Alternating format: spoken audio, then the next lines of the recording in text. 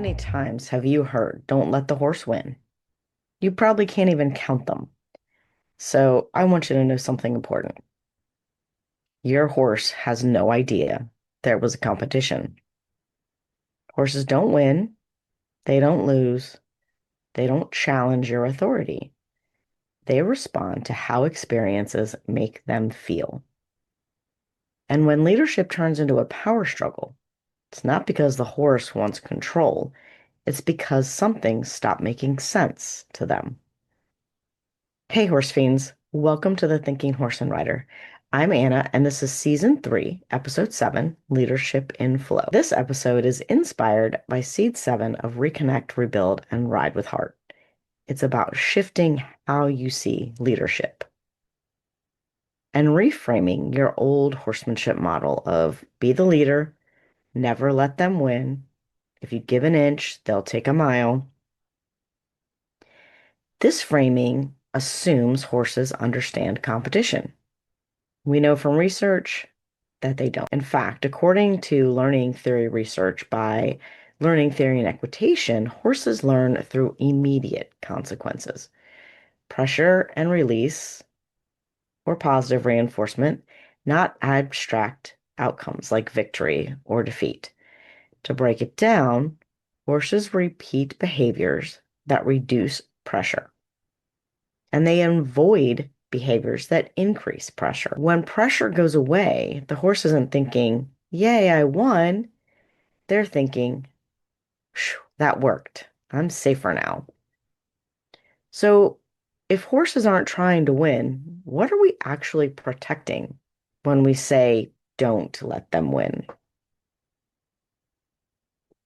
Could it be our human ego? And maybe it's the human ego that tells us horses are safer when we control them. But in reality, horses are safer when they can think. And if you listen to last week's episode, you know why. Riders aren't better leaders either when they dominate their horses. They're better leaders when horses want to follow their ideas. Most of what we call leadership in the horse world is fear-based thinking wearing a crown. We've been taught that leadership means being the boss. But horses don't experience leadership that way. And if you're honest, most people don't like a boss as a manager. Most people would like a leader. Horses experience clarity, safety, comfort, and choice. And when those things exist, horses aren't resistant. They want to participate. Regardless of what you've been taught, horses don't think in terms of winning and losing. Humans do that. Horses think in terms of experience. They remember how an experience made them feel. Were they safe, comfortable? Could they leave? Was there a connection made? So when we say my horse is challenging me or trying to be dominant, what we're really saying is this experience doesn't make sense to my horse yet. Your horse is not plotting a coup. They are following how the experience makes them feel and how their nervous system reacts to that feeling. Leadership that relies on force might get compliance, but it kills flow. And flow is where partnership lives. And I really want humans to create better partnerships with their horses. That's why I created Reconnect, Rebuild, and Ride with Heart. I want people to have the best relationship with their horse that they can. I want to show you how to create your own unicorn. So using the term leader correctly is so important because once you see leadership differently, you can't unsee it. And we know the traditional leadership with horses sounds like show them who's boss, never let them win, you must be the leader all the time. But again, horses don't understand hierarchy like this the way humans do. In a herd, leadership isn't a title, it's a function, and it's a role that can change depending on who has the best information. For instance, an elder mare might guide movement, An elder stallion might fend off any would-be suitors or intruders. A young horse might notice danger, and another might know where the best source of water is or the easiest way to get to it. There are no power struggles, there's no ego. It's just responsiveness and clarity and function. That is leadership in full. And I think a lot of us like to see the horse as a combatant or as an animal to be dominated because we are afraid of the big fat A word, anthropomorphizing. And so I see humans getting stuck on two sides of the fence. One, you have to show them who's boss all the time. And two, you definitely can't anthropomorphize. What happens is most humans end up anthropomorphizing anyway about the wrong things. For instance, showing the horse who's boss or making it a competition. That's anthropomorphizing. A horse feeling comfort and safety is not anthropomorphizing. That is an actual equine basic need. It's the basic need of all the mammals I can think of. So, are you starting to see where I'm coming from? Most equestrians are not taught what a horse's real needs are. We've been taught from a trainer or a barn owner that went before us. And they did that because that's what the person before them did and what they taught, and on and on. So most of those teachings weren't based on horse comfort or even horse research. They were based on human comfort, which is, you guessed it, the big fat A word. So in our plight not to anthropomorphize, we've been doing it a lot. Safety for a horse is having boundaries. It's not being confined because as humans, we think confining them is safer. Does that make sense? Comfort is not an indulgence. It's how the horse feels in their body and nervous system. To a horse, safety is often space and permission to move away from something uncomfortable. Predictability, the ability to assess stimuli, the freedom to assess stimuli, social contacts, and having a choice. Comfort to a horse can also look like physical ease, pressure relief, clarity, time to think, and absence of threats. A horse who doesn't feel safe or comfortable may still perform. They are very adaptive creatures, but they cannot help you co-create. In that case, you're stuck maneuvering a beast probably 10 times your size, and you wonder why things never get easier. The higher up the levels you go, the harder it gets. It's not supposed to be that way. Things should get easier. And what I find even funnier is that we aren't asking horses to do movements they can't do on their own. We're only teaching them to do them on our cue. How many times have you seen beautiful extensions, flying changes, piaffe, passage, crazy pirouettes out in the field? Your horse knows how to do the things. How many times have you seen them jump something out in the field? You should want your horse to show you how he did these things so masterfully on his own because apparently he already knows how. Obedience is not partnership, and it will not let your horse's inner unicorn fly. An example I use in the course is trailer loading. The ultimate, they must not win this battle competition, right? I think this is where leadership methods should go to die. Have you ever thought about why the horse has to get on the trailer right now? I mean, what happens if they don't get on the trailer? Hopefully, you're teaching them to get on the trailer ahead of any pressing event. But let's say you're not. Let's say you're on your way to a lesson. So if the horse doesn't get on the trailer, you might lose your money. You might be frustrated, maybe a little embarrassed. Your friends might give you the eye roll, but the world is not going to end. And if you force your horse on the trailer and make it really uncomfortable, they will remember that experience and they're not going to want to get on next time either. And what if next time you need to get them away from danger? What if it's a life or death situation?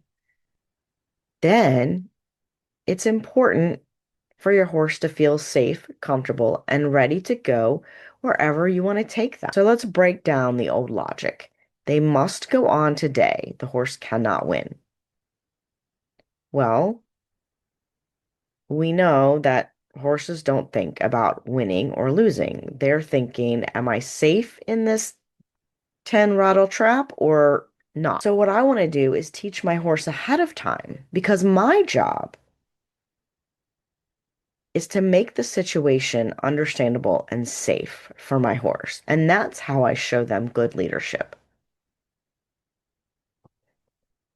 Let your horse show you what parts of the trailer they don't like. Allow them to walk away and come back. You can set boundaries of how far they can go, how they can walk away. Remember, boundaries are clarity and allowing your horse to show you how they feel about something is not allowing them to be the boss. One of the most important things that I always want to pass on to people as a coach is that leadership often looks like asking less so your horse can offer more. It's really about asking less and allowing more. The horse in the video that I use in the classroom is owned by a client's daughter, and they bought him when he was only a weanling. And then he became really sick as a still baby horse. And they needed to get him onto the trailer to take him to the vet clinic. But he had never been on the trailer again since he'd left his home and his mother and all of that. So, do you think he thought it was a good idea to get back on, especially when he's not feeling at his best? No. And his owner pulled and tugged and fought with him for I don't know how long. And she finally just gave up and she said, well, I guess my wonderful baby horse that I spent money on is going to die because I can't get him onto the trailer. And so she found herself an adult beverage. She went and sat inside the trailer, I think because it was the only shady place. And the baby horse walked up into the trailer to see what she was doing. So once he felt that it was comfortable and safe up there, he was happy to walk on and see what she was doing. Once he was curious, once he thought there might be some play involved, he wanted to see what was happening and he got on the trailer. That is such an important lesson for horse people to learn. That horses seek comfort, safety, they love play, and they want to be curious. So when you allow them to be those things, it's much easier to allow something to happen than to ask for it to happen. Sometimes I have riders that get really good at this on the ground, but then as soon as they get up in the saddle, it's a different story. In fact, this particular horse owner, whose horse wouldn't go up in the trailer, had a little bit of the same thing. Years later, when the horse was old enough for her to start riding, she realized that she didn't have the tools to treat the riding like the trailer loading. And so we worked together a couple of times. She's a pretty competent rider. She figured out this is how I can keep things fun for my horse and keep him curious as a baby horse. And then I can teach him along the way. And she's been having a great time with him and way more fun than she had with all her horses in the past. But it's hard for a lot of riders when they get up in the saddle. You have always that little doubt, that little bit of fear. And you have to remember that shared leadership doesn't mean your horse is in charge. It means that the responsibility is distributed. So I often think of it like, can you pick a direction and let your horse maintain the speed? Can your horse manage their balance in changes of direction or speed? Can you, as a rider, ask a question and wait for the answer?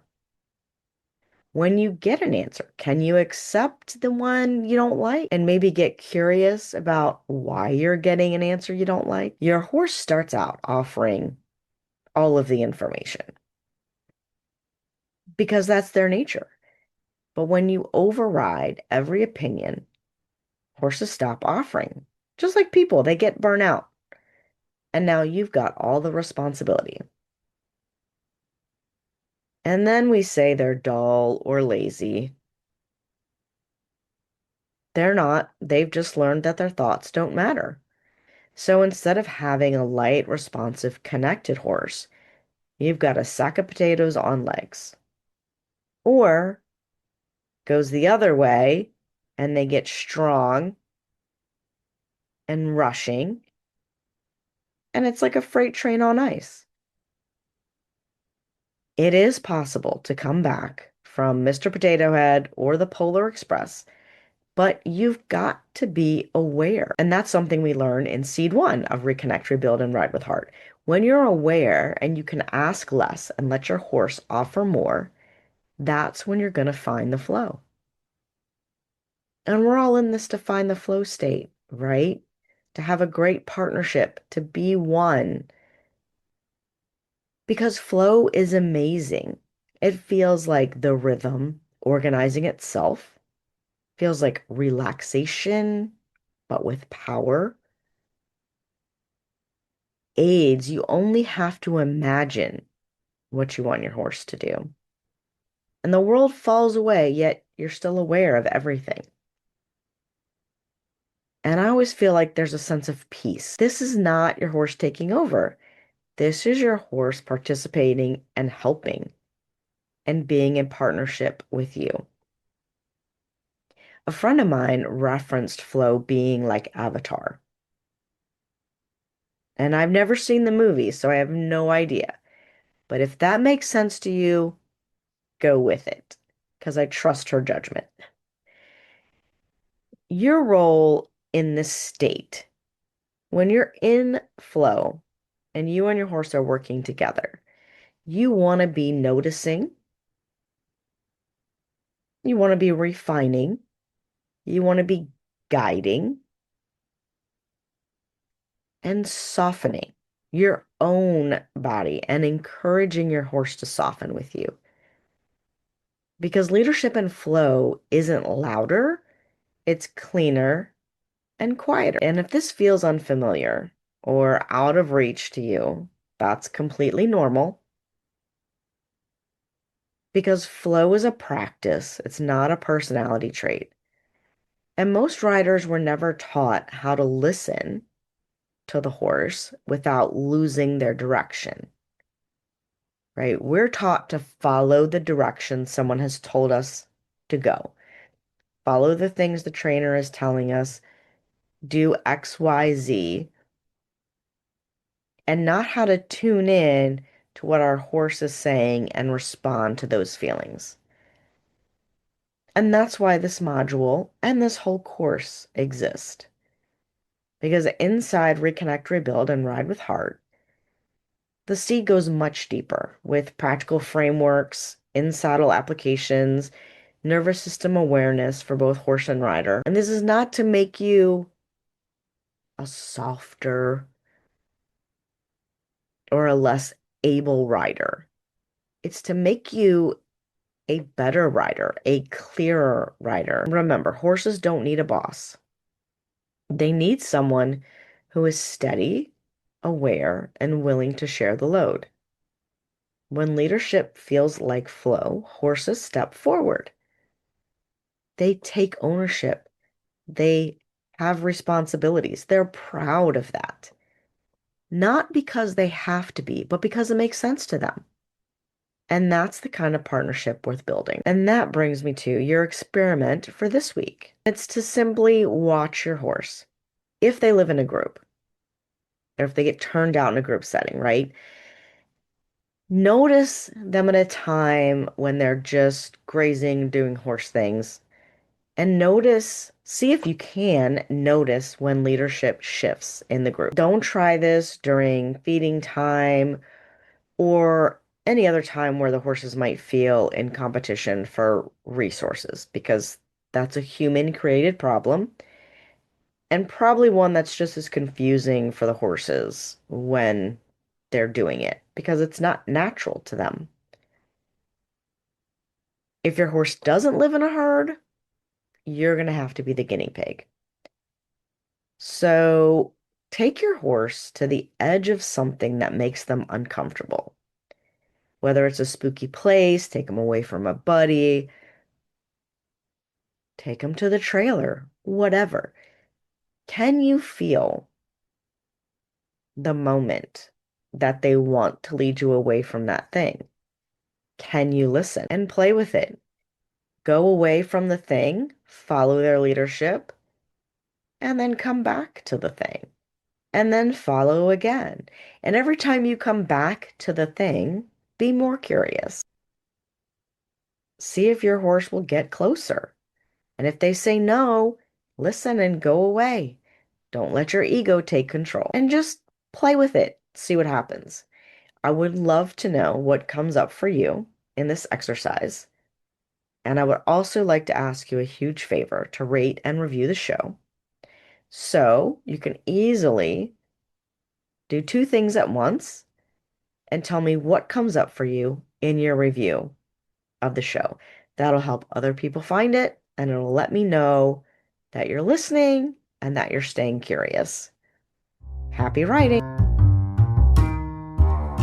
All right, horse fiends, thanks for hanging out with us today. If this episode got your gears turning, don't forget to check out Reconnect, Rebuild, and Ride with Heart. The links are in the show notes. It's the program that'll take everything we talked about here and actually help you apply it in real life with your horse. And hey, before you ride off, make sure you like, subscribe, and leave a quick rating or review of the show. It helps more riders like you find us and keep these conversations going. All the links you need are waiting in the show notes.